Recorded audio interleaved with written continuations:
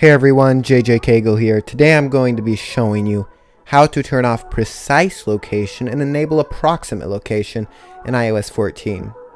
Some apps like say AutoTrader doesn't need to know exactly where you are. They just need to know like the general area of where you are.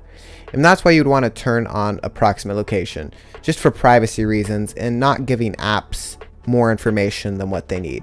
So to enable approximate location, we just go to settings, scroll down to privacy, click on location services, and we're going to find an app that doesn't need our precise location like AutoTrader. Click on that, and then we see this precise location. We're just going to make sure that's toggled off. Now it is only going to give an approximate location to that app. I hope this video helped. Thanks for watching. Please subscribe.